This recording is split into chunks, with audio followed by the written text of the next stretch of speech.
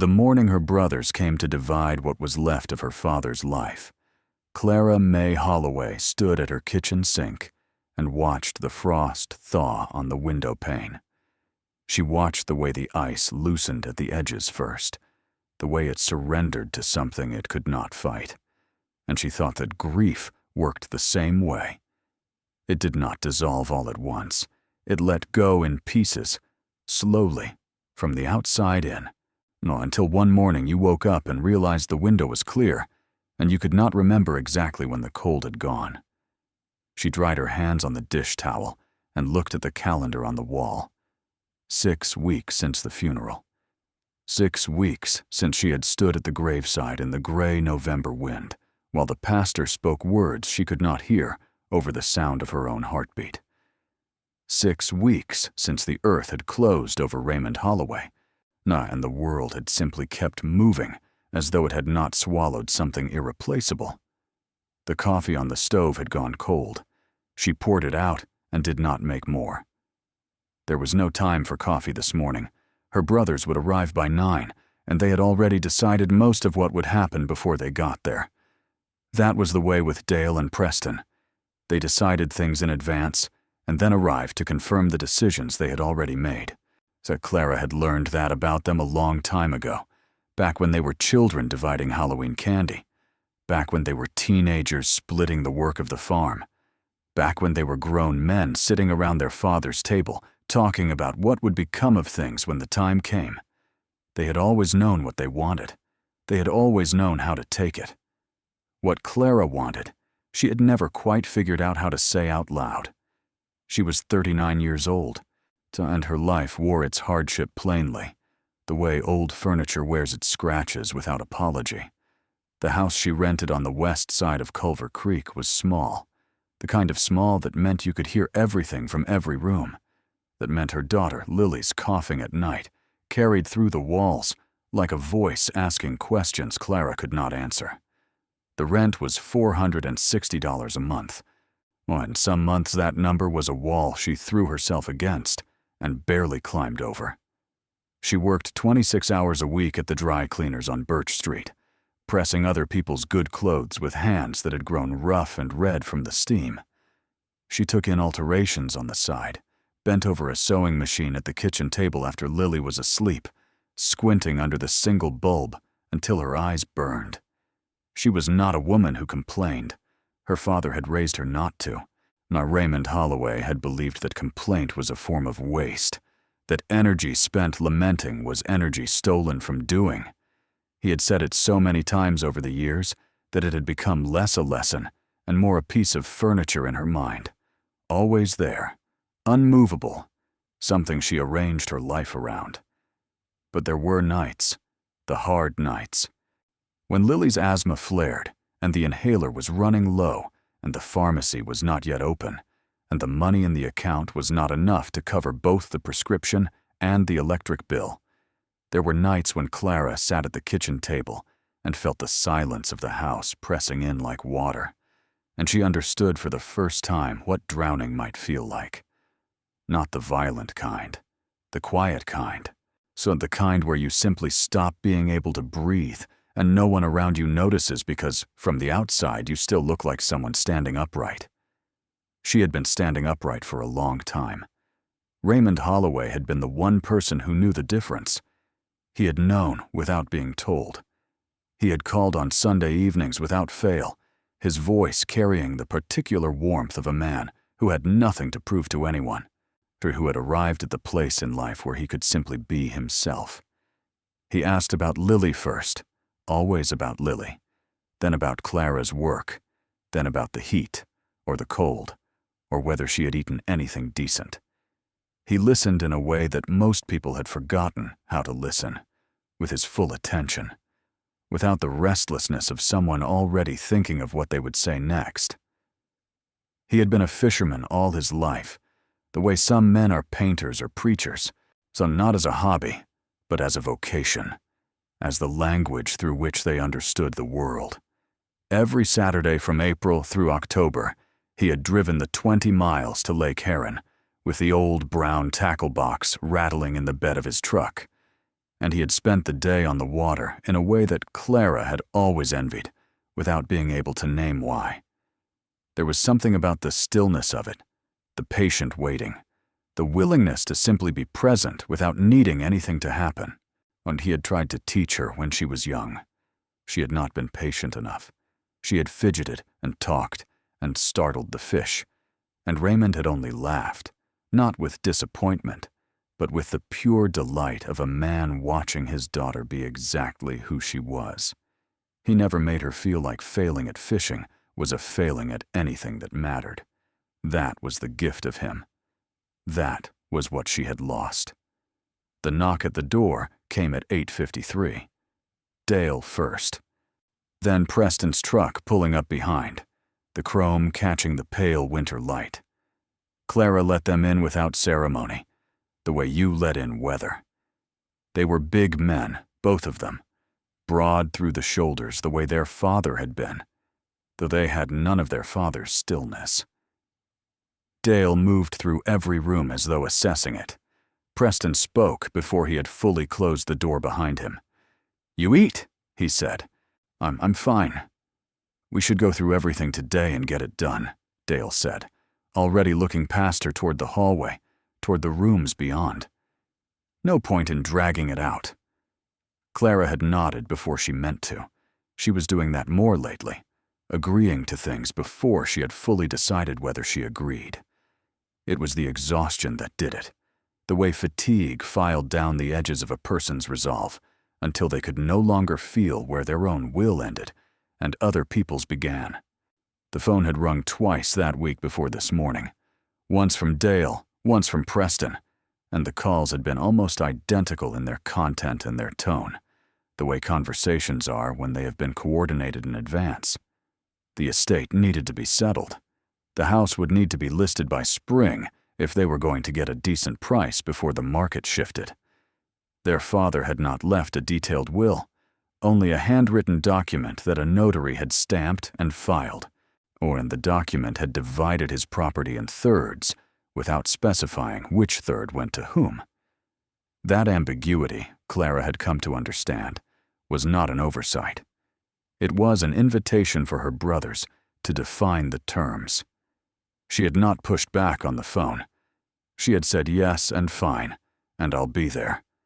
And when she hung up both times, she had stood for a moment at the kitchen counter with the particular stillness of a woman who has swallowed something she does not yet have the language to name. Their father's house was 12 miles north of town, a white clapboard place set back from the road at the end of a gravel drive, the same house he had lived in for 40 years, the same house where Clara and Dale and Preston had grown up. The yard was tidy in the way of a man who respected order, but did not fuss over appearances. The garden had gone dormant for winter, but the shape of it was still visible beneath the frost. The raised beds he had built with his own hands, the stone border he had laid one summer afternoon while the children chased each other around the yard. Walking into it without him was the strangest thing. The house smelled the same, the wood smoke and linseed oil and something else she could never name, something that was simply Raymond, that was simply home, and yet the silence of it was a different silence from any she had known in that place before. It was absence made physical. It had weight and texture. It pressed against the back of her throat. Dale had a clipboard. Clara did not know when Dale had gotten a clipboard, but it seemed to have appeared fully formed, as though he had been carrying it in his mind all along, waiting for the occasion to materialize it. "No, we'll go room by room," he said, reasonable and fair. Preston was already in the living room, lifting the edge of the braided rug to check the floor underneath. Clara stood in the doorway and watched him and didn't say what she was thinking. What she was thinking was that reasonable and fair were words her brothers had always defined for themselves. The morning passed in a kind of organized grief. They moved through the rooms with the methodical attention of men who had a purpose and were focused on it, and Clara moved with them, lighter-handed, stopping longer in each room, touching things. The blue ceramic mug on the counter that her father used every morning of his life, the penknife on the windowsill, the pocket watch that had belonged to his father, which Dale picked up without comment and placed in the box he was accumulating for himself. She did not fight him for it, though she did not know how to fight in the language her brother spoke. Dale had always been the practical one, which was another way of saying that Dale had always been the one who decided what was practical. He was 52 and owned a construction business in the next county and drove a truck that was never more than 2 years old and had opinions about everything that he delivered with the certainty of a man who had never spent much time doubting himself. And he had been the firstborn, and he had worn that fact like a credential ever since. Preston was different only in degree. He was 4 years younger than Dale and had spent most of his adult life in the orbit of his brother's certainty, adopting his older brother's positions on things the way a smaller planet adopts the gravity of a larger one. He was not a cruel man. Neither of them was cruel exactly. They were simply accustomed to the world accommodating their understanding of it, and Clara had spent her whole life accommodating that understanding alongside the world. It was her father who had been different. Raymond Holloway had seen her. That was the simple truth of it, the truth that made his absence a wound rather than merely a sorrow. He had seen her in the way that certain people, rare people, have the capacity to see. Not who you were supposed to be, not who would be most convenient for them, but who you actually were.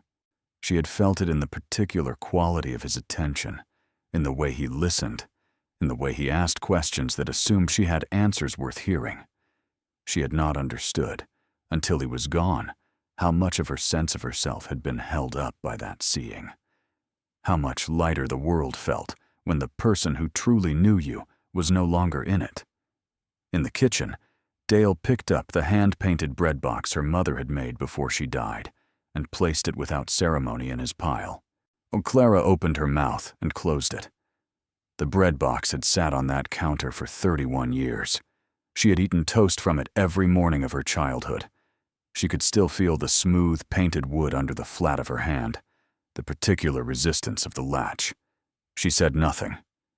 In the bedroom, Preston found the shoebox of photographs on the top shelf of the closet and brought it to the kitchen table and began sorting through it with the quick hands of a man performing an assessment rather than remembering a life. He pulled out a few photographs of himself, a few of Dale, and set the shoebox on the counter near the door with a casualness that suggested he considered the matter resolved. Clara took the shoebox home, too. No one noticed. By midday, they had reached the back porch, the room that had always been most fully her father's. By midday, they had reached the back porch, the room that had always been most fully her father's. This was where he kept his fishing gear, his tools, the accumulated equipment of a life lived close to the land and water. Rods hung along the wall in careful rows, tackle sorted into labeled drawers, waders hanging from a hook near the door, the rubber dried and slightly cracked from years of use, the shape of them still carrying the ghost of the legs that had worn them. And on the shelf above the workbench, between a tin of hook-straightening tools and a hand-tied fly collection under glass, sat the brown tackle box. It was not a remarkable object, not at first glance, not by any ordinary measure. It was old, the kind of old that accumulated in layers, each season leaving its mark on the surface the way tree rings record their years. The brown paint had faded to something closer to rust in some places, to a warm amber in others. The hinges were dull steel, pocked with spots of corrosion. The latch was a simple clip mechanism, the kind that required only a push of the thumb to release. Raymond had carried it for as long as Clara could remember. She had seen it in 100 photographs. She had seen it in the back of his truck every Saturday morning for 30 years. She had seen it in his hands the summer she was 8, and he was teaching her to cast from the dock, its familiar shape as natural in his grip as his own fingers. She reached for it before she understood that she had decided to. "That old thing?" Preston said, not looking up from the bin of tools he was sorting. I'd like to take it. Dale glanced at the box, then at her. It's just an old tackle box, Clara, full of hooks and sinkers. You don't even fish. I know. We can donate the gear to the church sale. Someone will actually use it. I'd like to keep it. There's no room for sentimentality in an estate, Dale said, not unkindly, which was worse somehow than if he had been unkind. We need to be practical. Everything gets sorted, donated, or sold. We agreed on that. Clara looked at the box. She looked at Dale. You agreed on that, she said. I'd like to keep it. Preston laughed, short and without cruelty. Fine by me. One less thing to haul to the church sale. He turned back to the bin. Things practically falling apart anyway. I don't know why he kept it so long. Dale made a note on his clipboard, which meant he was filing it under things he had permitted, which meant it was now his generosity rather than her choice. She understood this and let it stand because she had the box in her hands, and that was what mattered. The furniture in the living room is what I want to discuss before we leave, Dale said, already moving toward the door. The armchair alone is worth having appraised. Clara carried the tackle box out to her car without another word. She set it on the back seat rather than the trunk, which was an instinct she could not have explained if asked. She noticed again, lifting it in, that it was heavier than it should have been. She closed the car door. She stood in the gravel drive for a moment, looking at the white clapboard house against the pale winter sky, and she thought about the October afternoon on the porch, and she thought about her father's hands pressing hers, and she thought about how many Saturdays he had driven this same drive with the box in the bed of the truck, back and forth to the lake. 40 years of Saturdays, never telling a soul what else it carried. The drive home was quiet. Lily was at school until 3, and Clara had the house to herself in the way that it was only possible to have a house to yourself when you knew the quiet would end. She set the tackle box on the kitchen table and stood looking at it for a while without opening it. There was something about opening it that felt like a threshold, the way some rooms feel before you step into them, the way certain conversations feel before they begin. She made coffee this time. She sat down across from it with her mug between her hands and looked at the faded brown paint and the dull steel hinges and thought about her father.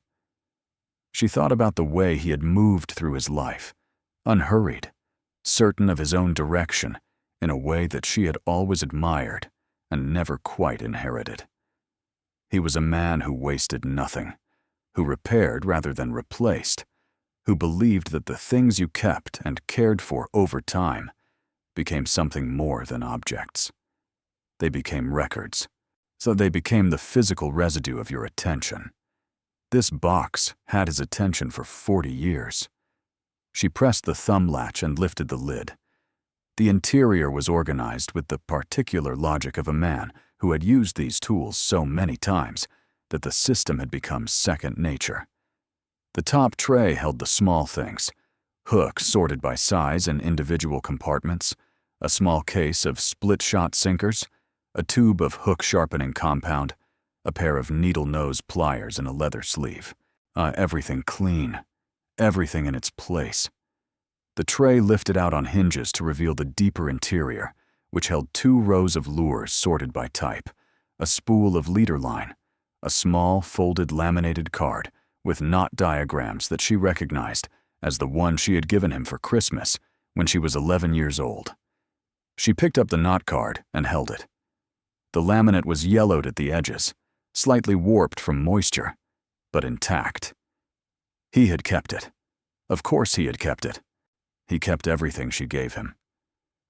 She put it in her pocket. For a while, she simply examined the contents of the box, the way you might read a letter, looking for the voice behind it. There was nothing unusual that she could see. Nothing that explained the particular heaviness she had noticed when she lifted it. She attributed that to the accumulated weight of the lures and sinkers, to the density of small metal things collected over decades, and she told herself that what she had felt was nothing more than the weight of memory. She closed the lid. She moved the box to the counter beneath the window, where the light was better in the afternoons, and she went back to her life. There were alterations waiting. There was laundry.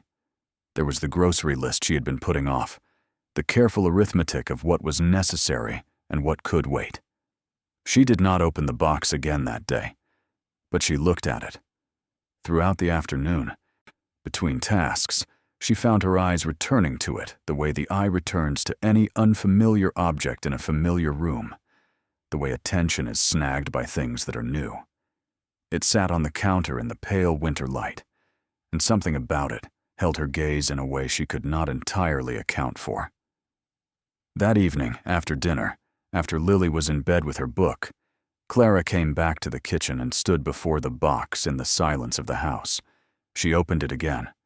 She lifted out the top tray and examined the lower compartment more carefully this time, running her finger along the edges, feeling the way the wood was fitted. It was solid wood, she realized, not the pressed composite that most tackle boxes used. Solid wood, stained and sealed, fitted together with a precision that went beyond what was strictly necessary for a fishing box. She was a seamstress, and she knew workmanship. She knew the difference between something made quickly and something made with the intention of endurance. The interior of this box had the quality of the second kind. The joints were tight. The staining was even, applied with care. Whoever had fitted this interior had cared about the result in a way that the plain exterior gave no indication of. Her father had been good with wood. She knew that. He had built the raised garden beds, the back fence, on the bookshelf in the hallway that had stood without wobbling for 20 years. He had learned from his own father, who had been a carpenter before farming took over everything. The skill ran in him the way certain skills do, not as something practiced, but as something native, as easy as breathing. She pressed down on the floor of the lower compartment. It gave nothing. It was firm and unyielding beneath her fingers. She closed the box. She turned off the kitchen light and went to bed. But sleep came slowly that night, circling without landing. And in the space between waking and sleep, she found herself returning to the weight of the box in her hands, to the solidity of it, to the particular quality of her father's voice the last time she had seen him in October. He had called her out to the porch while Dale and Preston were inside watching football. He had pressed her hand between both of his, the way he did when he had something important to say, and not quite enough time to say it right. He had told her that she was the one who understood the value of things that didn't show their value plainly. He had said it simply, without elaboration, and she had thanked him and squeezed his hand, and thought nothing more of it, because she had not known it was the last time. She had not known it was instruction, for she lay awake in the dark and turned that conversation over until it became something different from what it had seemed in October, until it became a key without a lock, or a lock without a key, or both at once. She thought about the way he had looked at her when he said it, directly, steadily, with the slight forward lean of a man making certain he was understood. He had always been a man who said what he meant and meant what he said without decoration. His words were never idle. Even his silences were chosen. She thought about the weight of the box. She thought about the wood that was better than it needed to be. She thought about 40 years of Saturdays and about what a man might hide in plain sight by simply carrying it with him always, by making it so ordinary a part of his routine that no one thought to question it, by becoming so completely the image of a fisherman that the box became invisible the way anything becomes invisible when it is always present. She turned onto her side and looked at the window, where the streetlight made a pale rectangle on the ceiling.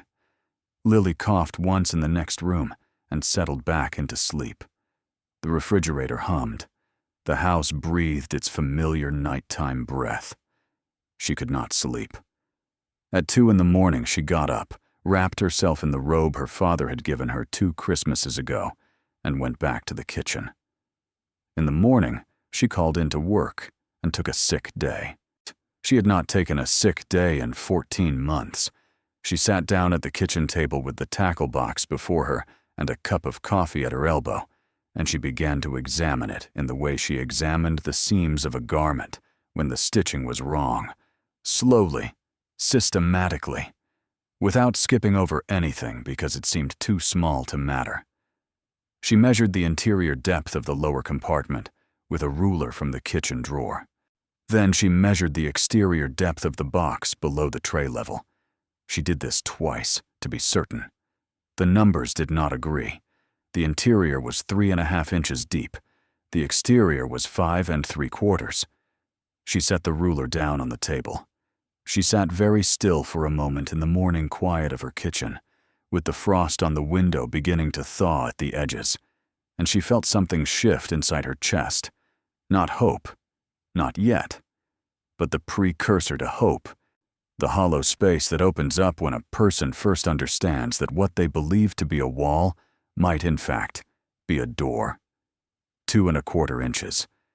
That was the difference. 2 1/4 inches of space between the visible floor of the box and the true bottom of it. 2 1/4 inches that her father had built into this box with his own hands and hidden behind 40 years of ordinary use, behind a lifetime of Saturday mornings on the lake, behind the image of a simple man who fished for catfish and came home smelling of water and sun. She ran her fingers along the edges of the interior floor again. This time, she was not looking for give. She was looking for seams. She found the first one at the back left corner, a hairline gap in the staining so fine that it was invisible unless you held it at a particular angle to the light. She found the second at the front right corner, and when she pressed her thumbnail into it, she felt the faintest catch, the resistance of a mechanism designed to be invisible. Her hands had gone still. Outside, a car passed on the street. The refrigerator hummed. Somewhere in the neighborhood, a dog was barking at something it had found in the cold morning air, persistent and unbothered. The way dogs are about things that seem to matter only to them.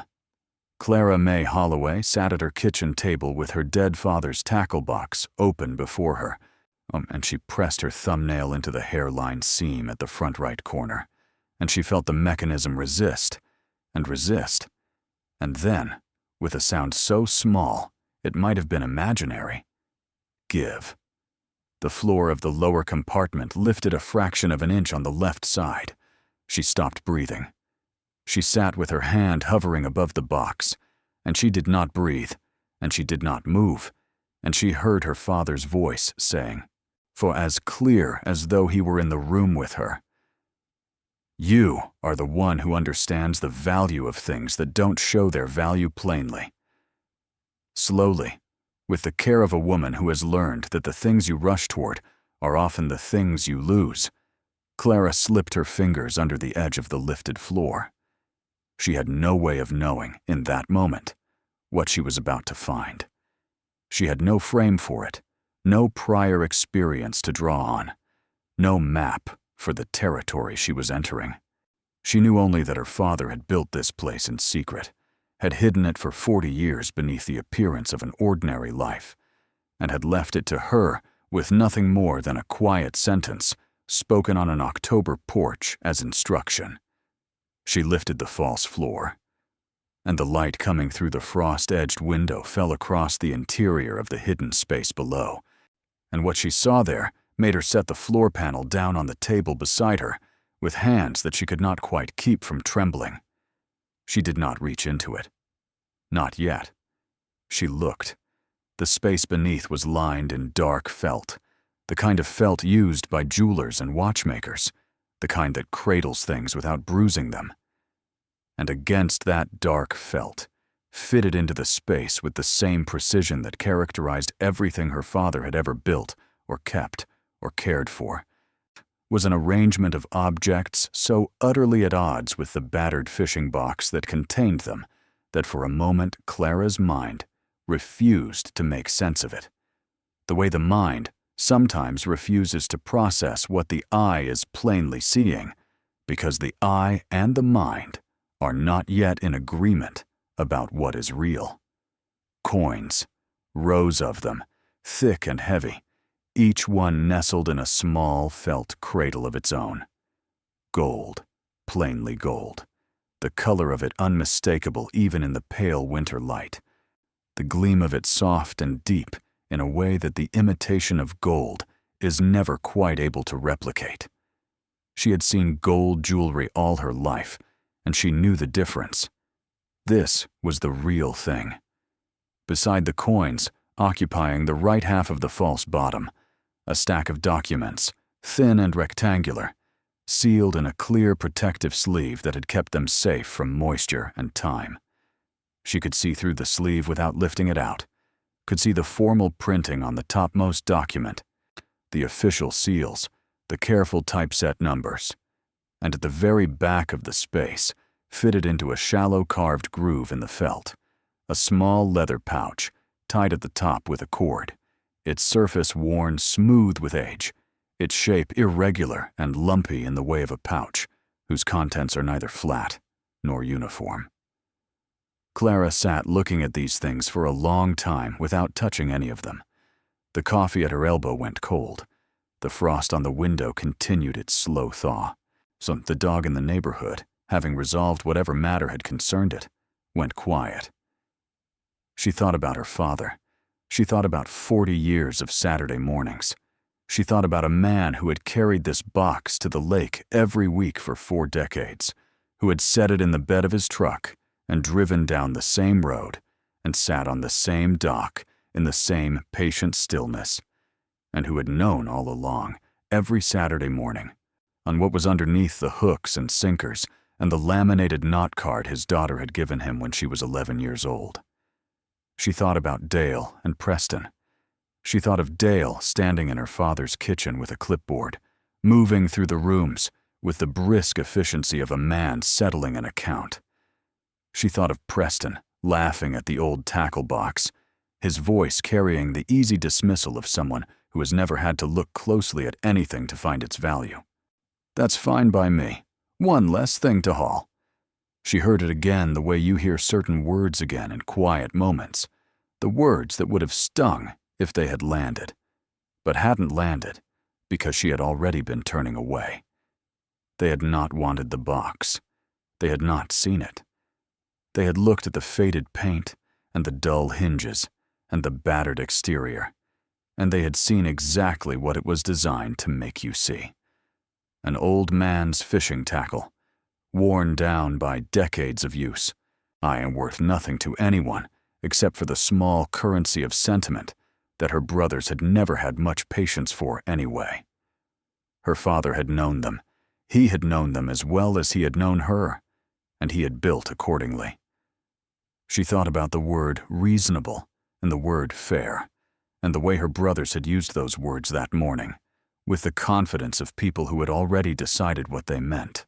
She looked at the objects in the hidden space beneath her dead father's tackle box, and she understood, with a clarity that was almost physical, that her father had known exactly what he was doing when he pressed her hand on the October porch and said what he said.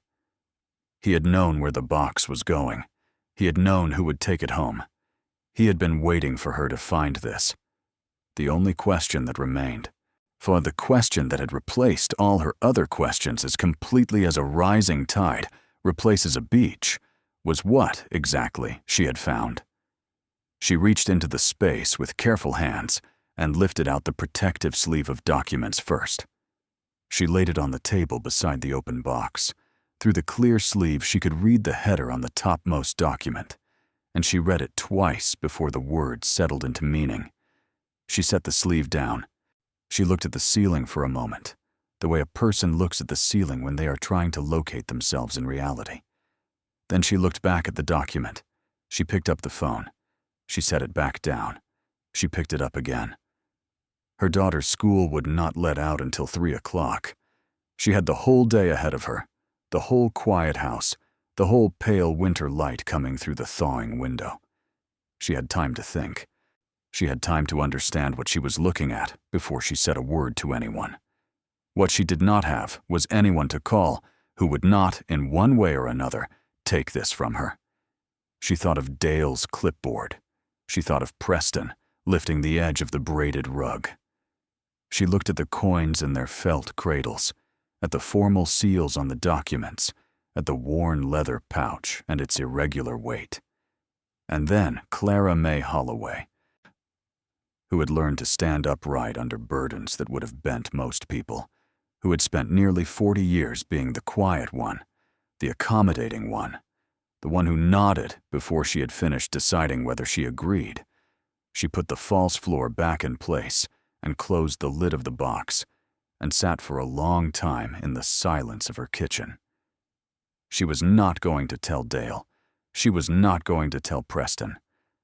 Not yet. Not until she knew what she had. So not until she had stood somewhere solid enough that her brothers' voices could not move her. She refilled her coffee, and she sat back down, and she began to think. She did not reach into the box immediately. There was a discipline to the way Clara approached things she did not yet understand, a habit built from years of working with her hands on other people's clothes, where a wrong cut was irreversible and patience cost nothing. She had learned that the first thing you did with something unfamiliar was look. Only look. Let the eyes do their work before the hands did theirs. Let the picture form completely before you moved anything. Because once you moved something, you could not go back to the way it was before you moved it. And the before was sometimes the only map you had. So she looked. The coins were arranged in 4 rows of 5, 20 in total, each one seated in a small circular depression in the felt, fitted as though the felt had been cut specifically for them, which it had been. She could see the precision of it, the careful measurement, the deliberate craftsmanship. Her father's work. She recognized it the way you recognize a person's handwriting, not by any single mark, but by the overall character of the thing, the particular quality of care that was his alone. Each coin was roughly the size of a 50-cent piece, maybe slightly larger, so their faces smooth with age and handling, but not worn to illegibility. Even from this distance, without touching them, she could see the relief on the surfaces, the raised profiles and inscriptions that meant they weren't blanks, not raw metal, but minted coins with history and provenance. The documents occupied the right half of the space, sealed in what she now saw was a professional archival sleeve, the kind used by museums and rare document dealers, with a ziplock edge and a material that felt, when she finally let herself touch the edge of it, like something between plastic and wax paper, designed to be impermeable to moisture and air. The topmost document was printed on heavy cream stock and bore a letterhead she could not fully read through the sleeve's slight distortion. But the words, trust and financial services, and a city name were legible. The leather pouch was at the back. She saved it for last. She picked up the coin tray first, and lifting it carefully out of the felt cradle with both hands, and set it on the table beside the open box. Then she lifted out the document sleeve. Then, last, she reached in for the leather pouch and felt the weight of it shift in her palm as she set it down, the irregular, lumpy weight of objects that were neither uniform nor expected. She sat with all of it on the table before her, and the empty box open, and the morning going quietly gray outside the window, and she made herself breathe. She picked up a single coin. It was heavier than she expected. Not the heaviness of thickness, but the heaviness of density, the particular weight of a metal that resists being lifted, that has gravity to it beyond its size. The face bore a woman's profile, classical and serene, with lettering that curved around the edge. She turned it over. An eagle in flight, its wings spread, its talons carrying something she could not identify at this scale. Around the rim, more lettering. She brought it closer to the light. The date stamped beneath the eagle read 1910. She set it down. She picked up another. 1907. Another. 1908. She went through the full tray, turning each coin to its date, and the years ran in a narrow band from 1907 to 1915. The whole 20 of them clustered in that 8-year window. None later. None earlier. American coins. She was certain of that from the eagle and the lettering. Old American coins. Gold. And she was already calculating in the rough, unsophisticated way of a woman who had never had reason to know what old gold coins were worth, trying to put a number to it, and failing because she had no basis, no framework, nothing to anchor the calculation to. She set the coins aside in their tray and picked up the document sleeve. The zipper mechanism was stiff but functional. She opened it slowly, breathing through her mouth in shallow, careful breaths, and extracted the contents in a single stack that she placed on the table, and then did not immediately touch, as though the papers themselves needed a moment to adjust to being seen. There were 11 documents. She counted them twice. The top 3 were from a financial institution, whose name she recognized vaguely as a private banking house, the kind that serviced large accounts, the kind whose name appeared sometimes in news articles about wealthy estates and inheritances, and the kind she had never had occasion to know personally. They were quarterly statements of account. The account holder's name was listed as Raymond James Holloway. The dates on the statements were the 3 most recent quarters, the last one dated 2 months before his death. The balance on the most recent statement was in the first column of the first page, and she read it once, and then looked away, and then read it again, and the number did not change. It read, $187,400,000 on $187,400,000. She put the statement down on the table very carefully, the way you put down something fragile, even though the paper was not fragile, even though it was heavy cream stock that would survive decades if treated correctly. She put it down because her hands needed to be empty. She needed her hands to be empty for a moment, while she sat in her kitchen chair in her Christmas robe and looked at the wall opposite and tried to understand what she was holding. Her father had been a farmer. He had worked the same land for 40 years, the same modest acreage, the same unassuming life. He had driven a truck that was 15 years old. He had worn the same boots for a decade, resoling them rather than replacing them. He had eaten simply, lived simply. I asked for nothing from anyone, and left an estate that her brothers had assessed at roughly $400,000, including the house and land. $187 million.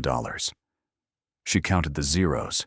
She was not a woman who lost her composure easily, but she felt, in this moment, the specific vertigo of a person standing at the edge of something vast.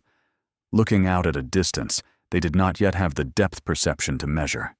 Her mind kept trying to place a ceiling on the number, and the number kept refusing one. She forced herself to keep reading.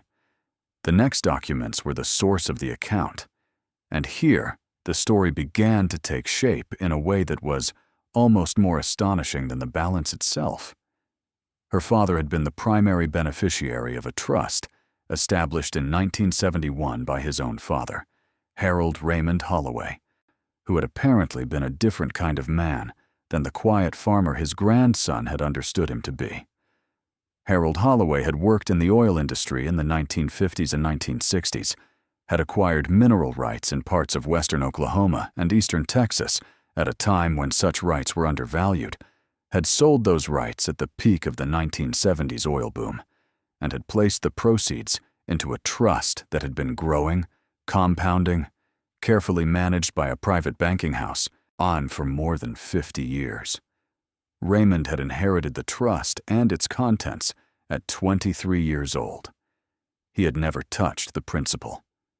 Clara sat with this for a long time, Her father had known for his entire adult life that this money existed.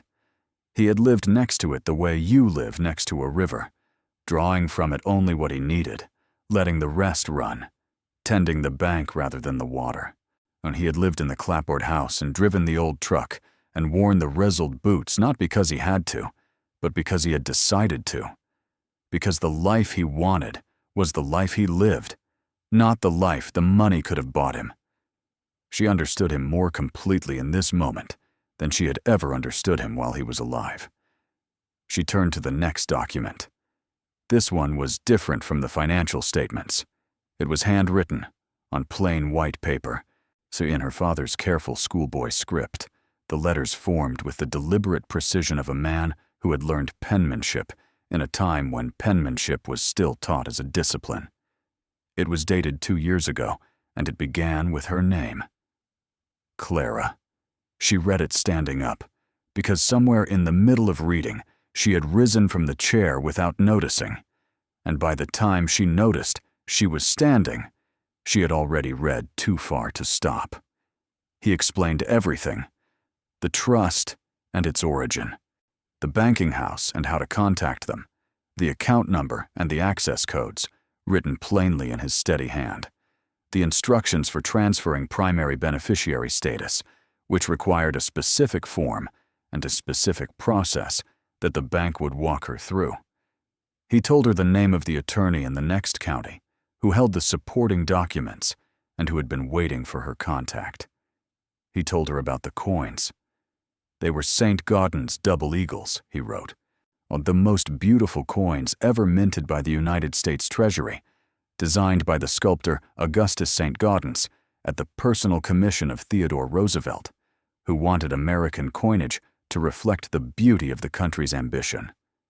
The 20 coins in the tray were the centerpiece of a larger collection, which was stored not in the tackle box, but in a safety deposit box at the same private bank, along with other numismatic holdings, whose value, as of his most recent appraisal, the date of which he recorded, had been assessed by a specialist firm at approximately $42 million. Clara sat back down. She read the number again. $42 million. For coins. For objects small enough to fit in the palm of her hand. Objects that her brothers had nearly relegated to a church donation box, along with the hooks and sinkers and the worn waders. She turned to the leather pouch. She untied the cord with steady hands. She had expected more coins, or perhaps folded papers, but what the pouch contained was different from either of those things. Gemstones. Loose, unmounted, each one wrapped individually in a small square of soft cloth, the wrappings tied with thread. She unwrapped them one by one and laid them on the table in the winter light, and they caught it and returned it in colors that seemed to come from a different world than the one her kitchen occupied. She counted 12 stones in total. 8 were clear with a blue tint, the specific blue that she recognized even without expertise as the color of sapphires in the photographs of famous jewelry she had seen in magazines and online over the years. 3 were deep red, translucent, their color saturated in a way that made the red of ordinary red objects look approximate by comparison. Rubies, she thought. She was not certain, but she thought rubies. The last stone was clear, brilliant, the size of a marble, with a weight to it that was out of proportion with its size. And when she held it up to the window, light it broke the gray winter morning into spectral fragments that scattered across the kitchen wall like pieces of something that had come apart in a beautiful way. She set it down. She looked at all of it on her kitchen table, the coins in their felt tray, the 11 documents, the 12 gemstones in their cloth wrappings, the open box with its exposed false bottom, the lawyer's knot card from her childhood Christmas, still in her pocket. The refrigerator hummed. The frost continued its patient thaw. Somewhere upstairs, her daughter's alarm would go off in 20 minutes for school. Clara Mae Holloway sat in the silence of her ordinary kitchen and breathed. She thought about Lily's inhaler. She thought about the electric bill and the prescription and the particular mathematics of deciding which one to pay this month and which one to defer until next, and the way that arithmetic had followed her to sleep and been waiting for her when she woke, a constant low-frequency hum beneath every other thought she had, every other decision she made, for as far back as she could remember. She thought about the dry cleaner on Birch Street, the steam iron, the red and rough hands. She thought about the alterations she did at the kitchen table after Lily was asleep, bent over the sewing machine with her eyes burning, on pressing other people's buttons and hems for the extra money that was never quite enough to make the arithmetic come out right. She thought about all of it, and then she put it away, gently, the way you put away something you no longer need to carry, and she thought about what she needed to do next. She was not a woman who panicked. She was not a woman who acted before she understood the ground beneath her feet. She put all the items carefully back into the false bottom of the tackle box, replaced the false floor, replaced the tray and its contents, and closed the lid. She set the box on the top shelf of the kitchen pantry, behind the canned goods and the spare bag of flour, in the most ordinary and invisible position she could find for it. Then she went upstairs and woke Lily for school. She made breakfast the way she always made breakfast, eggs and toast, and the orange juice that Lily liked poured into the green cup she had chosen herself at the thrift store when she was 5, from when she watched her daughter eat, and answered Lily's questions about the school day coming, and made the usual noises about homework and winter coats, and whether the boots were still where she'd left them. She drove Lily to the front entrance and watched her walk in through the double doors, and she sat in the parking lot for a moment after the doors closed. Then she drove to the library. She was not ready to call anyone yet.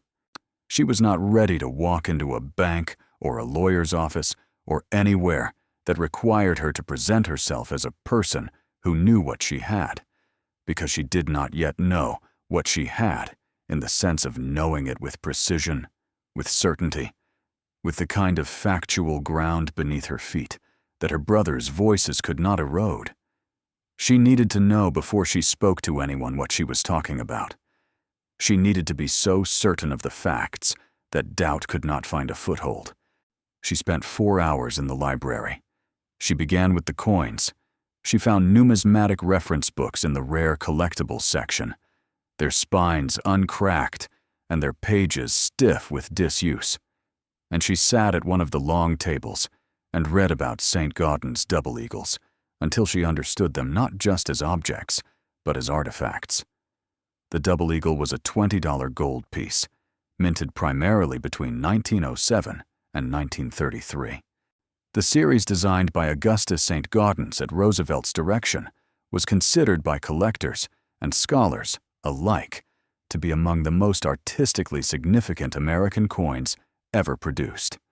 Roosevelt had been dissatisfied with the flatness and lifelessness of American coinage, had looked at the ancient Greek coins in museum collections and wanted something with that kind of beauty, that kind of sculptural life, and had commissioned St. Gaudens, the foremost American sculptor of his era, to remake the country's currency into something worth looking at.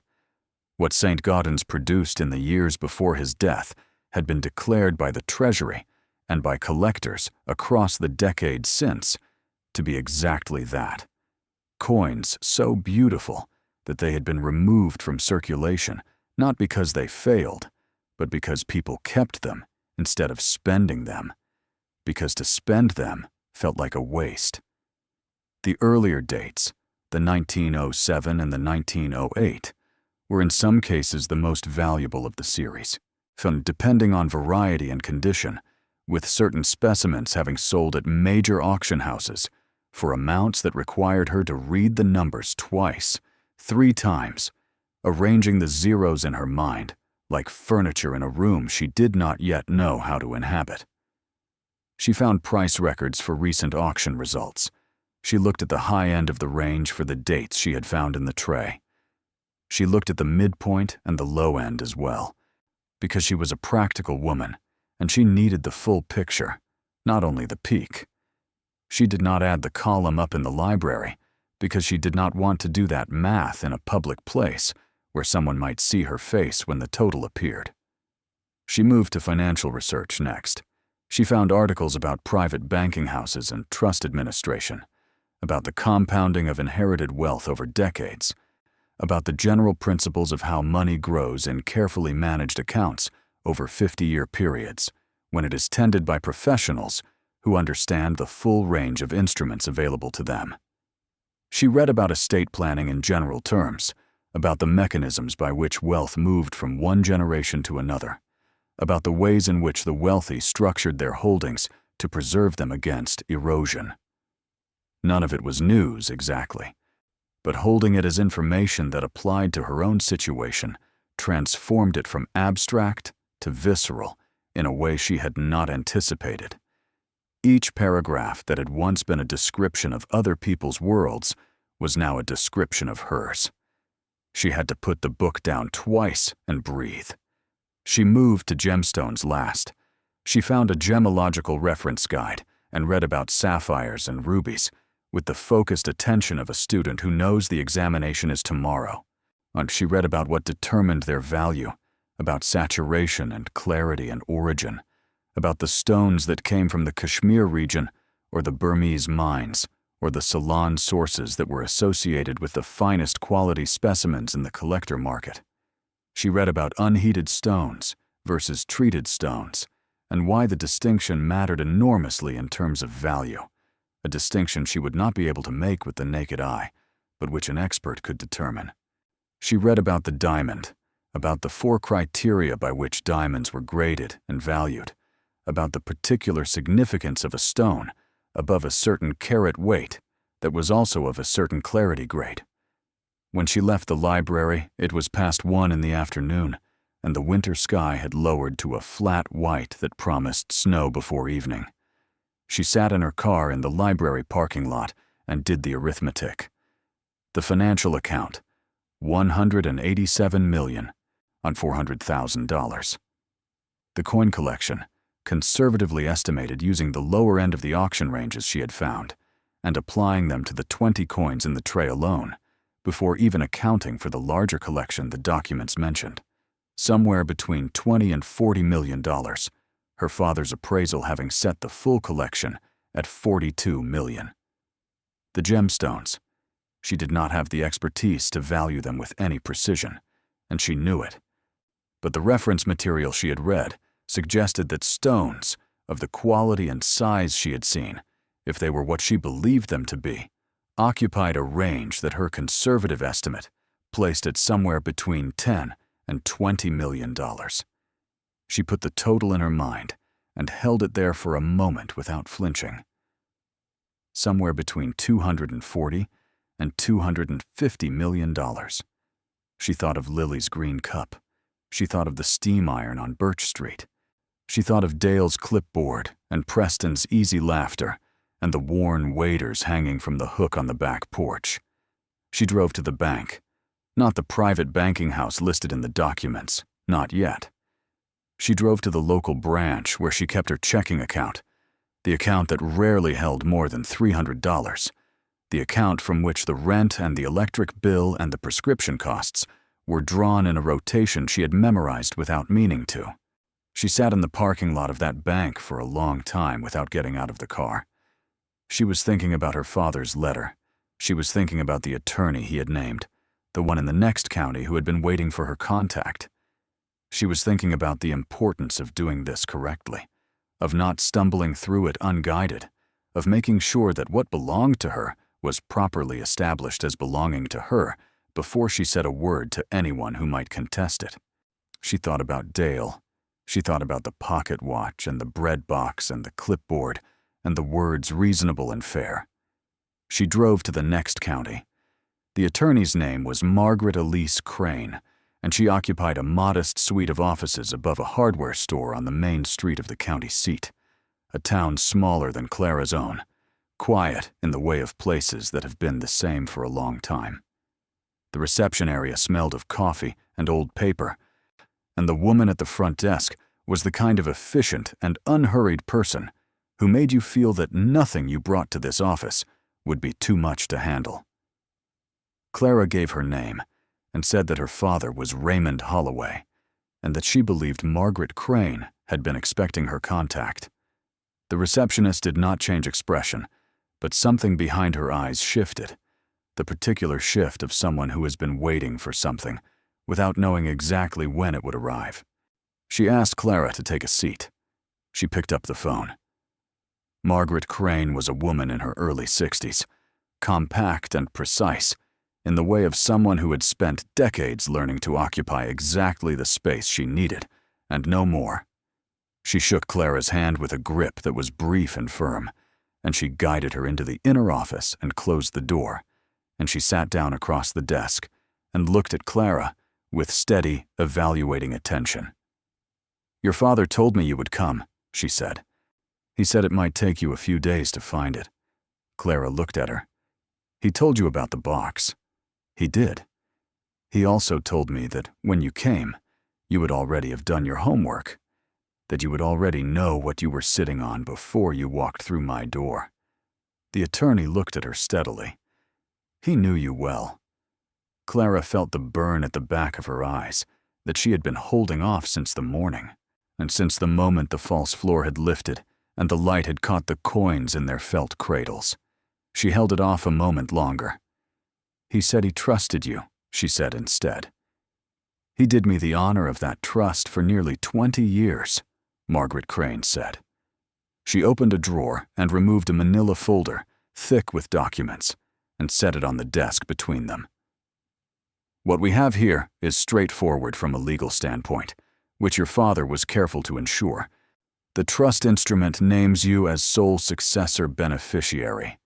It was amended 8 years ago, the prior amendment having named both you and your brothers jointly. The revised instrument names you alone." Clara's hands were still in her lap. "He changed it?" 8 years ago. I prepared the amendment myself. He was very clear about his reasoning and very deliberate in his decision. He left no ambiguity." Margaret Crane held her gaze. "I asked him at the time whether he was certain. He told me that the two people who would benefit most from that money were you and your daughter, and that he had not spent 50 years allowing that trust to compound so that it could be diluted by people who would simply convert it to lifestyle and call it an inheritance." A slight pause. "Those were his words, not mine." Clara looked at the manila folder on the desk and thought about the October porch. She thought about 40 years of Saturdays and a man who had lived the exact life he wanted, who had needed nothing from the money except what the money gave him by existing, which was the freedom to choose the life he chose. He had given her the same freedom. He had given it to her specifically, deliberately, with his eyes open. She thought about Dale's clipboard. "Will they contest it?" she asked. "They may try. Your brothers are named in the original trust as co-beneficiaries, and the amendment removes them. They will have grounds to argue intent if they choose to, and if they learn of the amendment's existence. They would face a high burden of proof." Margaret Crane looked at her steadily over the desk. "I have practiced estate law for 31 years. The document your father signed is one of the most carefully prepared instruments I have ever been asked to draft. He anticipated challenge. He was thorough." Clara looked at the folder. What do we need to do?" "First, you need to understand the full scope of what you are inheriting. I have summary documents here that will give you a complete picture, but I want to walk you through them so that nothing is unclear." The attorney opened the folder. "Then we will contact the banking house, establish your identity as successor beneficiary, and begin the formal transfer of account management. The coins and gemstones are a separate matter. They are held in a dedicated storage facility associated with the banking house, and their legal ownership transfers under the same instrument." She turned a page. "The full assessed value of the estate as of the most recent valuation, which was conducted 18 months ago, is $245,700,000. The number settled into the room like weather. $245,700,000. Clara had known it was coming. She had done the arithmetic in the parking lot. She had arranged the zeros in her mind. And still the number, spoken aloud in an official voice in an official office with documents spread on a desk between them, landed differently than it had in her own arithmetic. It landed as something confirmed rather than something calculated. It landed as real. She breathed. "Before we proceed," Margaret Crane said, her voice even and practical, "I need to ask you something your father asked me to ask. In the event that you arrived here before reaching out to your brothers. He was very specific about this." Clara looked at her. "He asked me to ask you what you plan to do with it." The attorney held her gaze. "Not with all of it. He didn't care about all of it. He cared about what you planned to do first, right away, within the first month. He said that would tell him everything about whether he had built it for the right person." Clara was quiet for a moment. So outside the window of the second-floor office, the flat white sky had begun to deliver on its promise, the first flakes of snow drifting past the glass in the unhurried way of a weather system, with time on its side. She thought about Lily. She thought about the inhaler, and the electric bill, and the prescription, and the arithmetic she had done so many times it had carved grooves in her. She thought about the school where Lily struggled sometimes in the cold months, because the building's ventilation was poor and the air quality aggravated her breathing, and about the specialist in the city whom the pediatrician had recommended and whom she had not been able to afford to see. She thought about the alterations she did at the kitchen table by lamplight, and about the robe her father had given her 2 Christmases ago that she was still wearing because it was the warmest thing she owned. "Lily's doctor first," she said. "The specialist she needs. Then the rent, paid ahead. Then the prescriptions, fully without choosing." She paused. "And then I want to put it somewhere it can keep growing, the way my father kept it growing, so that Lily never has to do the arithmetic I've been doing."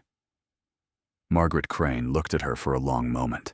Then she smiled, briefly and genuinely, the smile of someone who has been holding something in trust for a long time and is finally setting it down in the right hands. "He said you would say something like that," she told her. "He said the money had spent 50 years waiting for someone who would put a child's breathing before everything else." She turned another page in the folder. "Let's begin." They worked through the documents for the remainder of the afternoon.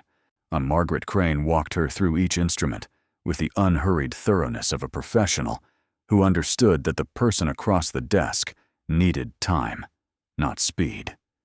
She explained the trust structure, the banking house's role, the procedures for identity verification and beneficiary transfer.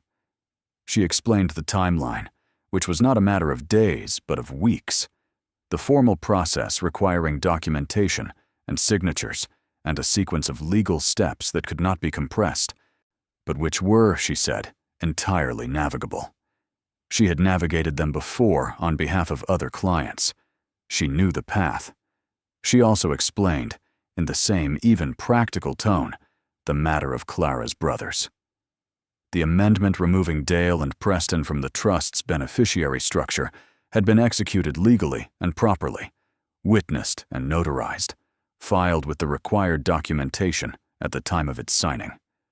Their challenge, if they chose to mount one, they would need to allege either fraud or incapacity, and would face the testimony of the attorney who had drafted the amendment, who could speak directly to Raymond Holloway's clarity and deliberateness of mind on the day he signed it. They would face also the weight of 2 decades of consistent estate planning that pointed in the same direction. Margaret Crane had seen challenges to such instruments succeed, but she had seen them fail far more often, and she said so without hedging. "Your father did not leave a crack," she said. "If he had, he would have known, and he would have filled it." Clara believed that. She signed the initial documents that afternoon. The process of transfer would take several weeks, but it had begun. By the time the account formally passed to her, the identification process would be complete, and the banking house would be expecting her. Margaret Crane would handle the intermediary communications. Clara's part for now was to wait, or to say nothing to her brothers, and to trust the process her father had taken 20 years to build. It was the last part she found easiest. She had trusted her father her whole life. When Clara finally walked back out through the reception area and down the stairs and into the snowing street, she stood for a moment on the sidewalk with her face tilted up toward the falling snow, the flakes cold and weightless against her skin. The street quiet around her in the particular hush that snow brings to places where it is still unhurried, still gentle, still the first snow of the season rather than the burden it becomes. She stood there for a long time. She thought about calling Dale. She thought about calling Preston. She thought about the clipboard and the letter on the table and the reasonable and the fair. And she thought about what Margaret Crane had said about challenge and burden of proof and the careful, a thorough instrument her father had prepared over a span of years, specifically so that the right person could stand exactly where Clara was standing now. She was not ready to call them. Not yet. Not until the account transfer was complete. Not until her name was formally on the instruments. Not until the ground beneath her feet was solid enough that no one could move it. She had learned something, over the course of her life, as about the difference between the moment of discovery and the moment of security. The gap between those two moments was where things went wrong. She had watched it happen to people, watched them step from discovery straight into announcement, and lose the thing between the two because they had not waited for the ground to hold. She would wait. She got into her car. She drove back to Culver Creek through the first snow of winter, the flakes coming harder now, softening the edges of the familiar roads, making the ordinary world look briefly clean and new. She had an hour before Lily's school let out. She went home and made fresh coffee and sat at the kitchen table, and the tackle box was in the pantry behind the flour and the canned goods, and the documents and the coins and the leather pouch were inside it under the false floor, and the false floor was exactly as her father had fitted it, exactly as his careful hands had built it to be. She took the knot card out of her pocket. She set it on the table. She looked at it for a long time, the laminate yellowed at the edges, the knots she had drawn when she was 11 years old, in the precise and earnest way of a child who wanted to give her father something genuinely useful, something he could actually use. He had kept it. 40 years in the box, in the false bottom, beside the coins and the documents and the gemstones. She had thought it was a small gift. She had thought it was nothing, really, just a laminated card. But her father had placed it there, on top, the first thing visible when the tray was lifted out, the thing you saw before you saw anything else.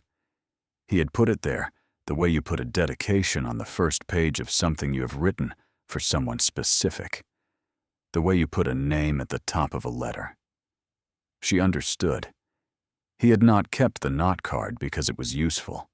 He had kept it because it was hers, because of all the things he had accumulated and hidden and protected and grown over 50 years. The thing from her was the one that went on top. She pressed her palm flat against it on the kitchen table, the way he had pressed her hand between both of his on the October porch. Outside, the snow continued to fall. The weeks that followed were the strangest of Clara's life, and she had lived through some strange weeks. She went to work on Monday. She pressed other people's clothes on Tuesday and Wednesday and Thursday, standing at the steam iron on Birch Street, with her hands moving in the familiar rhythm, the hiss of steam and the smell of hot fabric, and the particular exhaustion that came from spending hours on your feet applying heat and pressure. She picked up Lily from school. She made dinner. She sat at the kitchen table after Lily was in bed, and she did alterations under the lamp, on hemming a bridesmaid's dress and taking in the waist of a suit jacket, her needle moving through fabric with the same steady attention it always had. From the outside, nothing had changed. She had decided that nothing would change, visibly, until the ground was fully solid beneath her feet. She would not adjust her routine. She would not alter her spending. She would not give anyone, including her brothers, any reason to look at her more closely than they already did. This required a discipline she had not expected. Every morning, she woke with the knowledge of what was in the pantry behind the flour, and every morning she went to work anyway. She had thought that knowing might make the waiting intolerable, but it didn't. What it made the waiting was purposeful. She was not drifting through these weeks. She was holding them deliberately for a reason she understood completely. So that understanding made all the difference between waiting that felt like loss and waiting that felt like preparation. Margaret Crane called on the second Thursday, a week and 4 days after their meeting. "The banking house has received your verification documents," she said. "The identification process is moving forward. They are expecting some additional paperwork from the trust administrator, which should arrive within the week. After that, we are looking at approximately 10 days for the formal account transfer to complete." "All right," Clara said. A pause. "Are you holding up?" "Yes." She was standing at the kitchen counter with her back to the pantry. "I'm fine." "Your father said you would be," Margaret Crane said. "He said you had the patience for it. He said that was one of the things that most people had never noticed about you. Because patience that runs that deep looks like something else from the outside." Clara thought about that for a while after she hung up. She thought about what patience that runs deep looks like from the outside. She thought it probably looked like someone who never pushed back, who nodded before she had finished deciding, who let her brothers define the terms of things without objection. She thought it probably looked like the quiet one, the accommodating one, the one you didn't worry about because she never required anything. She thought about how mistaken that reading was, and how completely her father had understood the difference between what patience looked like and what it actually was. Dale called on the Friday of the second week. He was following up about their father's house, he said, about the listing timeline, about whether Clara had looked into the matter of the remaining furniture they had not yet distributed. She had not looked into it. She told him she had been busy. "We need to get the house on the market by late March at the latest," he said, the clipboard voice, the organized certainty. "I've already spoken to a realtor. She thinks we can get $430,000 if we move quickly." "That sounds fine," Clara said. "There's also the matter of the tools in the back porch. Preston thinks we should just hire someone to haul them. It's not worth the time to sort through it all individually." "That sounds fine, too." A pause, brief, the pause of someone who had expected a different response and needed a moment to recalibrate. "You're not going to argue about any of this?" "No." Another pause. "All right then." The clipboard voice resumed. "I'll send you the paperwork for the house listing. We'll need your signature as co-heir." "Send it," she said. "I'll sign what needs to be signed." She signed it. It was the house, so not the trust. The house was a different matter entirely, and she had no interest in fighting Dale about the house. She had never wanted the house. She had wanted the box. She thought about that sometimes in those weeks, the smallness of what she had asked for. The battered brown tackle box that was practically falling apart, one less thing to haul to the church sale. She thought about how the thing she wanted had been the thing her brothers were most content to let go of, and how her father had arranged it exactly that way, had constructed the appearance of the thing to match the value that greed assigned to it, which was nothing, which was perfect. Preston called on the Monday of the third week. He wanted to know if she was all right. It was a different call from Dale's, warmer in texture, if not in substance, but the call of a man who was slightly more self-aware than his brother, and slightly less comfortable with the administrative version of himself that he defaulted to in family business matters. "You've been quiet," he said. "I've been busy." "How's Lily?" "She's good. She's doing well in school." "Good." A pause. "Listen," I wanted to say. "About the tackle box. I was kind of dismissive and I didn't need to be. If it meant something to you, it meant something. That's fine." Clara was quiet for a moment. She thought about Grace. She thought about what her father had said in one of his Sunday evening calls, about the difference between people who apologized because they felt guilty and people who apologized because they had actually looked at what they'd done. He had said you could usually tell the difference by whether the apology was specific or general. "It was Dad's," she said. "That was enough." "Yeah." He was quiet. "I miss him." "Me too." She meant it. She meant it in the full weight of what it meant, which was not diminished by what was in the pantry, but deepened by it. Because the money and the coins and the gems were her father's presence in a form she could hold, a form of him still in the world, still arranging things, still attending to her in the way that only he had attended to her. She missed the man. The trust was a letter from him. The two things were not the same. "No, call me if you need anything," Preston said, and he sounded like he meant that too, or the part of him that was capable of meaning it. "I will," she said.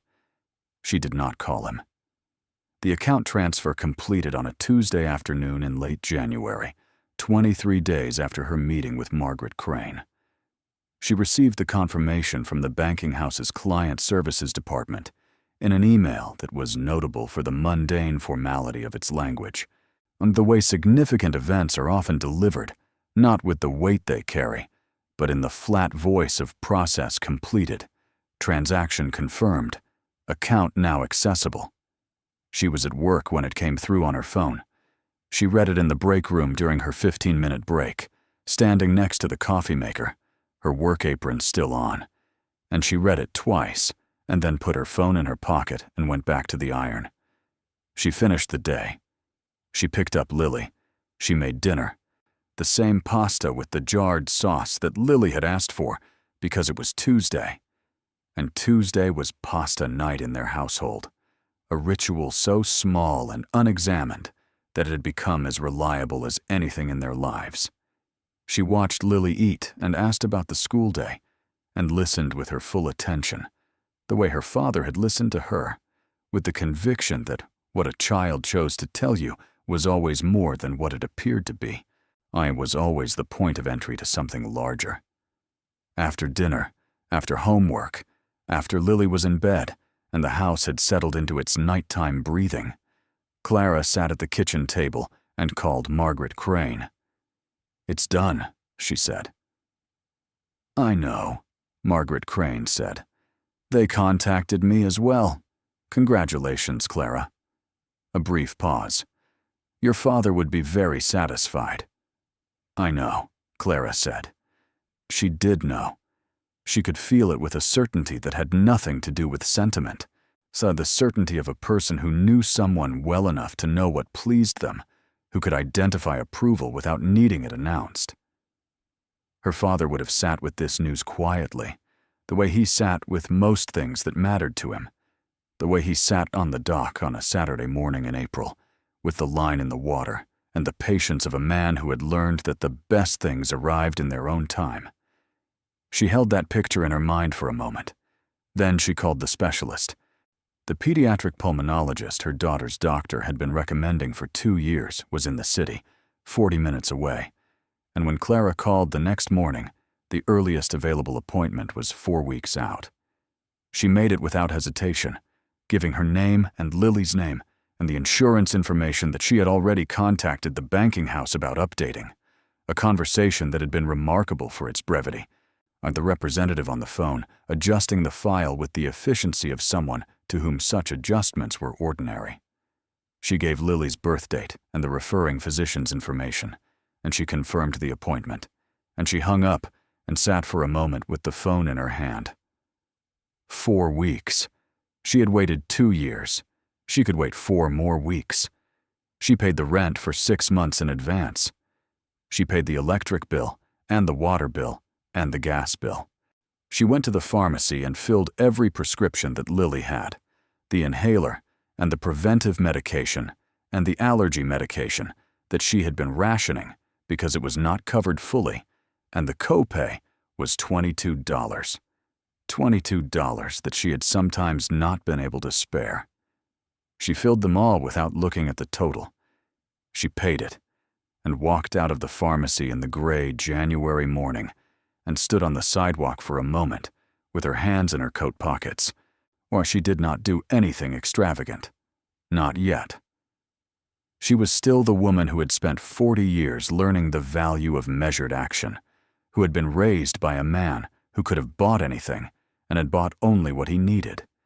She understood, at a level that felt inherited, that wealth did not demand transformation, that you could stand inside it the same way you had stood outside it, with the same values and the same care. What changed was not who you were.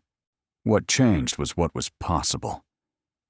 She told Lily about the appointment, but not yet about the money. Lily was 9 years old, and she was perceptive in the particular way of children who have grown up paying attention to their parents' moods, children who have learned to read the quality of a silence or the particular set of a shoulder.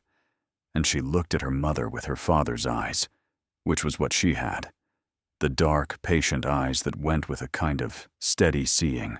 And she said, "Are we okay?" "Better than okay," Clara said. "I promise. I'll explain everything when you're a little older." "How much older?" "Not much," she said. And she meant it. It was a week later that Dale called, and this time the call was different. She knew it was different before he spoke a full sentence, knew it from the texture of his opening words, the particular quality of a voice that is working to sound casual and not quite succeeding. He asked how she was doing. No, he asked about Lily. He asked about work. These were not Dale's usual opening notes. Dale usually opened with the business. The preamble was new. "I talked to someone at the bank," he said after a while. "At Dad's bank. I was trying to get some clarification on the estate accounting, and they mentioned something about a private banking account." A pause. "Did you know anything about that?" Clara had thought about this moment. She had thought about it in the evenings, over the past several weeks. She had rehearsed various versions of it in her mind, the way you rehearse something important, turning it over until you knew where all its edges were.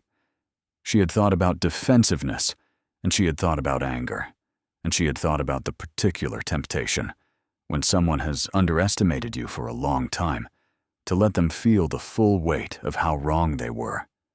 She had decided against all of those. She had decided for her father's version, which was calm and direct and without malice, the version that told the truth without embellishment, that held its ground without performing. "I did," she said. "I know about the trust. Dad left it to me. Just to me." The silence on the other end of the line had a specific quality she had not heard from Dale before.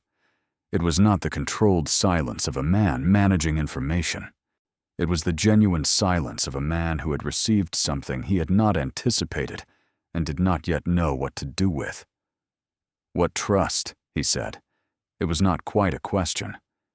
He had a trust.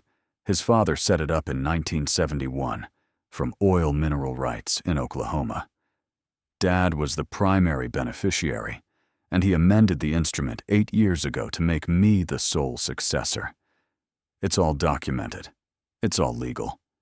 Margaret Crane, the attorney in the next county, she's been administering it for 20 years. Another silence, longer this time. "How much?" Dale said. She told him. She said the number plainly, without softening it or building toward it, the way her father would have said it, the way you state a fact. She said $245 million, and she listened to her brother's silence, and she felt something she had not expected, which was not satisfaction, not triumph, not the vindication she might have imagined in the months before she knew any of this existed. What she felt was sadness, a quiet, uncomplicated sadness for the shape of a family, for the distances that money both revealed and created, for the particular loneliness of a man who had carried this secret for 20 years and had been unable to give it to his sons. She understood why he hadn't. She had read the letter. She had heard it in Margaret Crane's words. He had known his sons. He had loved them. She was certain of that. In the complicated, imperfect way that fathers love sons who have become men they do not entirely recognize. But he had looked at what he had built, at 50 years of patient accumulation and careful stewardship, and he had seen in it something that belonged specifically to the person who would understand its nature, who would not convert it immediately to lifestyle, who would tend it rather than spend it, who would put her daughter's breathing before everything else. He had been right. "That's not fair," Dale said, and his voice had changed now, the control in it loosening. "We're his sons. We're his family. You can't just—" "He had the right to leave his estate to whoever he chose," Clara said. Her voice was steady. "He did it legally and carefully. He prepared for 20 years. He knew it would be a surprise." A pause.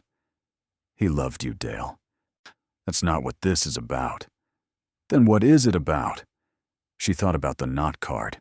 She thought about the felt-lined false bottom and the careful craftsmanship of the hidden space, and 40 years of Saturday mornings, and a man who had carried everything he valued in a worn brown box and kept it close to him always. She thought about the way he had looked at her on the October porch, the forward lean of certainty, the pressure of his hands on hers. "He trusted me with it," she said. "Sorry, that's all. He trusted me with it." The silence that followed this was different from the others. It was not the silence of a man calculating or a man in shock. It was the silence of a man beginning, reluctantly, to understand something he did not want to understand, which was that his father had seen something in his sister that he himself had never looked closely enough to see. She could hear it in the quality of the pause, something shifting in it, like ice at the edge of a thaw, and she did not press into that silence. She let it stand. Preston called an hour later. His call was different from Dale's, rawer, closer to the surface in the way that he was always slightly closer to the surface than his brother. He was not angry, or not only angry. He was hurt, in the genuine and irreducible way of a man who had believed himself known by his father, and was now confronting evidence that the knowing had been incomplete. She let him speak for a while. She did not interrupt. She listened the way her father had listened, fully and without the restlessness of someone planning their response.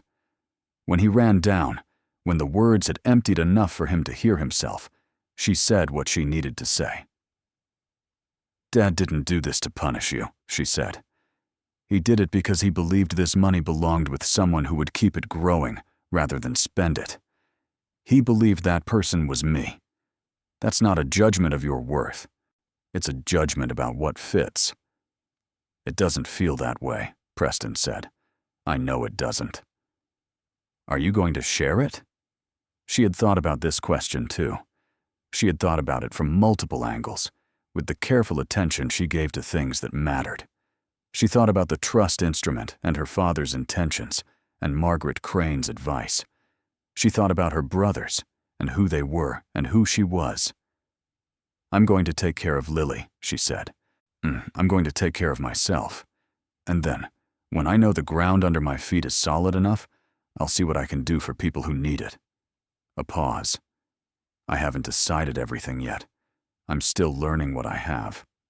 Preston was quiet for a moment. "He always said you were the careful one," he said, finally, with something in his voice she had not expected, something that sounded like the beginning of recognition. "He said that?" "Yeah. He said it more than once."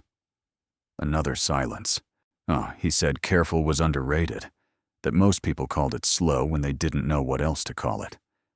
Clara said nothing.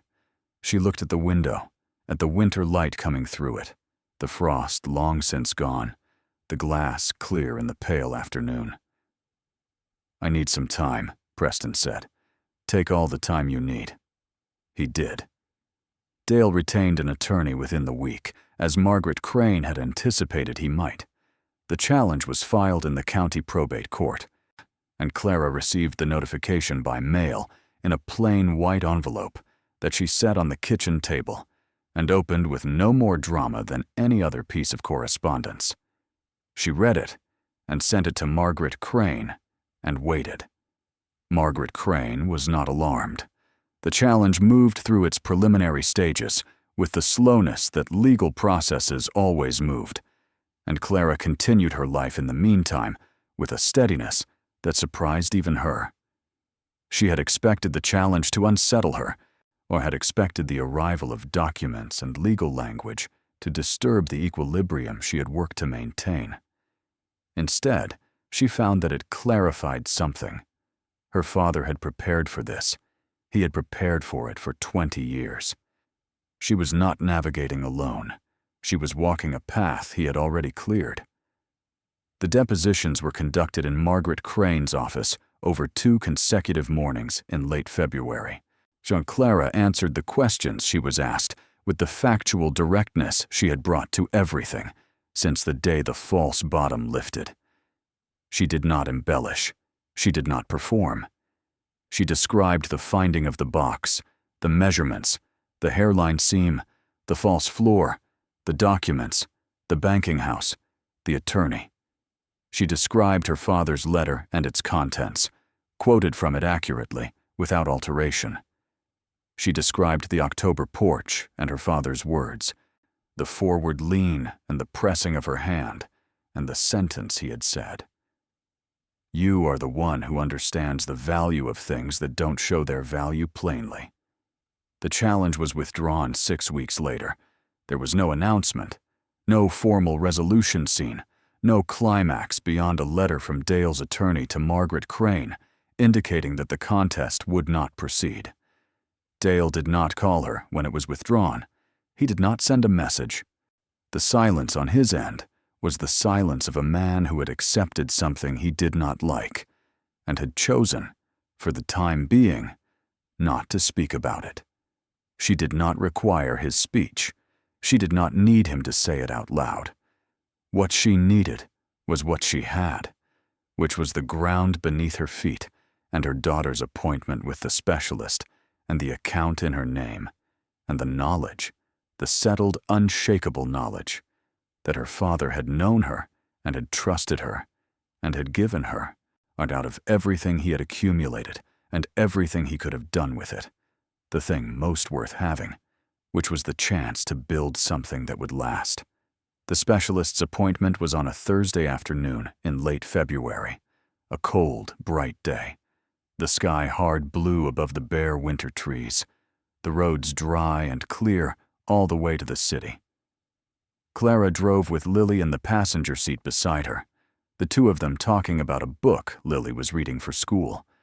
Some story about a girl who found a door in the back of a wardrobe and stepped through it into a world that was different from the world she knew. "Do you think things like that happen?" Lily asked, the way 9-year-olds ask questions, directly, expecting a real answer. Clara thought about a brown tackle box on a kitchen table in December. She thought about frost thawing at the edges of a window. She thought about the sound of a mechanism, so small it might have been imaginary, giving way. "Oh yes," she said. "I think they do." The specialist was a quiet, thorough woman who spent an hour with Lily and who reviewed her records and who ordered a series of tests that Clara paid for without thinking about the number, and who said at the end of the appointment that with proper management and some targeted treatment adjustments, Lily's quality of life should improve significantly. She said the word significantly with the careful restraint of a physician who does not want to overstate, and Clara heard it as the most extraordinary word she had encountered in months. Significantly. Better. Not just maintained, not just managed, but better. She held Lily's hand in the elevator on the way down from the specialist's office, and Lily let her, which at 9 she did not always do, and Clara held it and felt the small, warm weight of it, and thought about all the nights she had listened through the wall to the sound of her daughter's breath, and learning its patterns the way sailors learn the behavior of particular waters, knowing the cadences of normal and the deviations of concern. She thought about the electric bill and the prescription and the arithmetic she had done so many times, and she thought about the trust that had been compounding in the dark for 50 years, patient as stone, waiting for the right hands. She thought about her father. The changes came slowly after that, which was how she wanted them. She was not a woman who renovated her life in a single season. She moved through it the way she moved through everything that mattered, carefully, with attention to what she was doing and why, without waste or display. She moved from the rented house on the west side of Culver Creek to a house she purchased on a quiet road 3 miles outside town, a house with a yard large enough for Lily to run in, and a kitchen with good light, and a room at the back she turned into a sewing room. The alterations continuing, not because she needed the money, but because she needed the work, because she was her father's daughter, and she had been taught that the value of what you do is not only what it earns you. She resigned from the dry cleaners on Birch Street. She did this on a Friday afternoon in March, giving 4 weeks' notice and working every day of it, pressing the last shirt on the last afternoon of her last week with the same attention she had brought to the first. The owner, a woman named Dolores, who had worked the business for 30 years and who had always treated Clara with a particular respect, that Clara now understood Dolores had always seen something in her, took her hands when she left and said she was going to be missed. "You were always the best I had," Dolores said. "You paid me well," Clara said. "Not well enough," Dolores said. Clara smiled. She established a foundation in her father's name in the spring, a small and deliberately modest foundation whose purpose was to provide educational assistance to single-parent households in the county, grants that did not require proof of extraordinary hardship, but only proof of the ordinary hardship that was invisible because it was so common. The hardship of a woman pressing other people's clothes for wages that did not quite reach, of a man working double shifts for children he could not afford to take to the doctor. But she had known that hardship from the inside. She intended to address it from the outside without forgetting what the inside felt like. She called it the Raymond Holloway Foundation, and she funded it at $5 million. And she served on its board alongside Margaret Crane and a woman from the county social services office, and a retired school teacher from the next county who had been doing this kind of work with private donations for 15 years, and who knew precisely how to make $5 million do the work of 50. Dale came to see her in April. He drove to the new house on the quiet road and sat across from her at the kitchen table, which was a different table from the one in the rented house, but was still a kitchen table, still the center of the home the way kitchen tables always are, still the place where things that mattered were said. He had aged in the past few months in a way that went beyond the calendar, the way people age when they have been confronted with something that forced them to revise themselves. He looked at his hands for a while before he spoke. "I was wrong," he said. "About a lot of it." He looked up. About the way I handled things at Dad's house, about the pocket watch." A pause. "About the way I've always handled you." Clara looked at her brother. She thought about the bread box on the kitchen counter of her childhood, the smooth painted wood, the latch she could still feel under the flat of her hand. She thought about the pocket watch. She thought about the clipboard. "I know," she said. "That's all you're going to give me."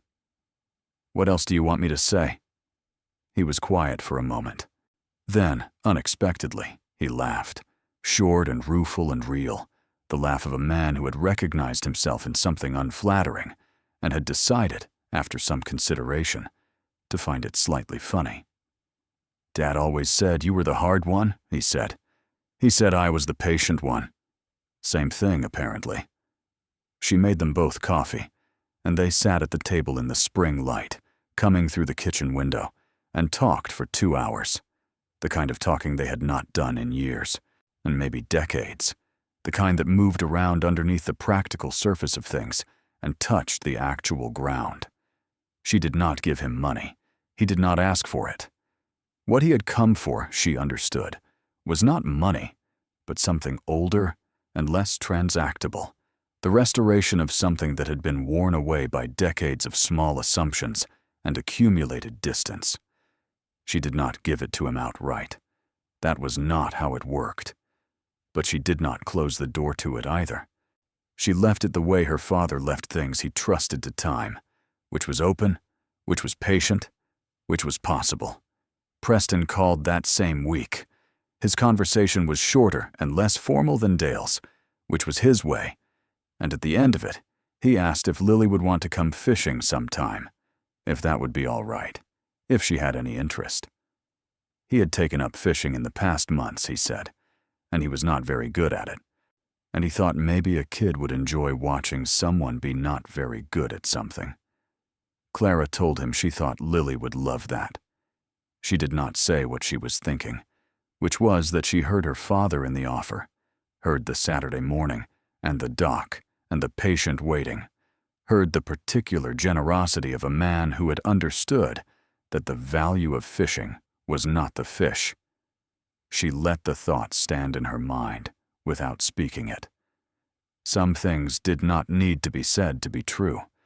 The summer came warm and steady, the kind of summer that made the light last late into the evenings and filled the yard with the sounds of insects and birds, and Lily running in the grass with a determination that had nothing to do with illness.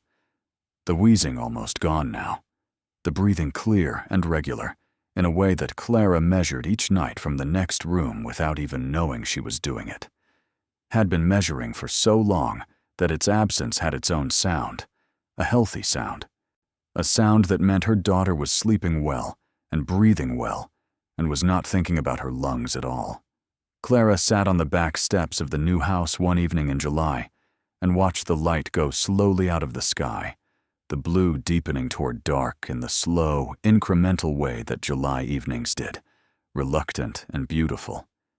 She held a cup of tea that had gone cold. Fireflies had begun their tentative signaling at the edge of the yard, and she watched them the way you watch something that you have always found beautiful without ever needing a reason why. She thought about her father. She thought about a man who had sat on his own porch in the evening light and felt, she believed, something like this. The long-held satisfaction of a life arranged according to one's own values. The quiet that was not the quiet of loss, but the quiet of something complete, something given its full shape. She thought about the October porch and the pressing of her hands and the words he had chosen, which were the last words she had of him and which had turned out to be, in retrospect, also instructions, also a gift, also the key. She thought about the knot card. It was framed now on the wall of the sewing room in a simple wooden frame she had made herself with the equipment she had bought over the winter, a learning wood joinery from a book, the way she had always learned things that mattered to her, slowly and with attention. The laminate was still yellowed at the edges. The knots she had drawn at 11 were still the slightly imprecise knots of a child doing her best. She had not cleaned it up or restored it. She had framed it as it was. Her father had kept it as it was. Some things were not meant to be improved upon. They were meant to be kept. Because they were meant to be placed where you could see them, above the tools you used every day, at the center of the work that occupied your hands and your attention and the better hours of your life. She had understood, eventually, that the knot card was the whole story. Not the money, not the coins, not the gemstones in their felt-lined space.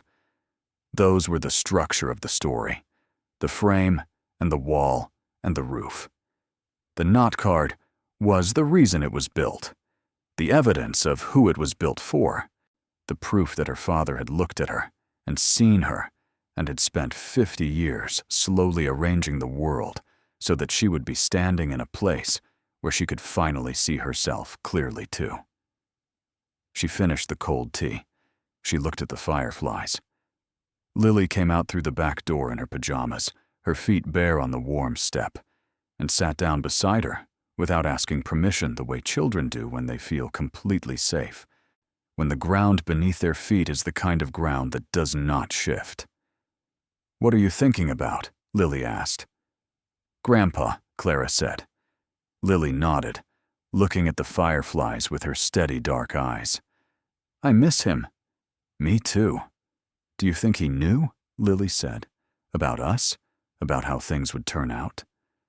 Clara thought about that for a long while, long enough that the fireflies had multiplied, and the dark was almost full, and the first stars had appeared above the tree line. "Yes," she said. "I think he did." She put her arm around her daughter's shoulders and held her in the warm July dark, and the yard was full of light, small and scattered and persistent, the kind that is unremarkable until it is the only light there is. And then it is enough. And then it is more than enough. And then it is everything. Thank you so much for watching until the end. If you loved this story, check out the other videos on your screen now. I think you'll really enjoy them. And don't forget to subscribe if you haven't already. See you in the next story.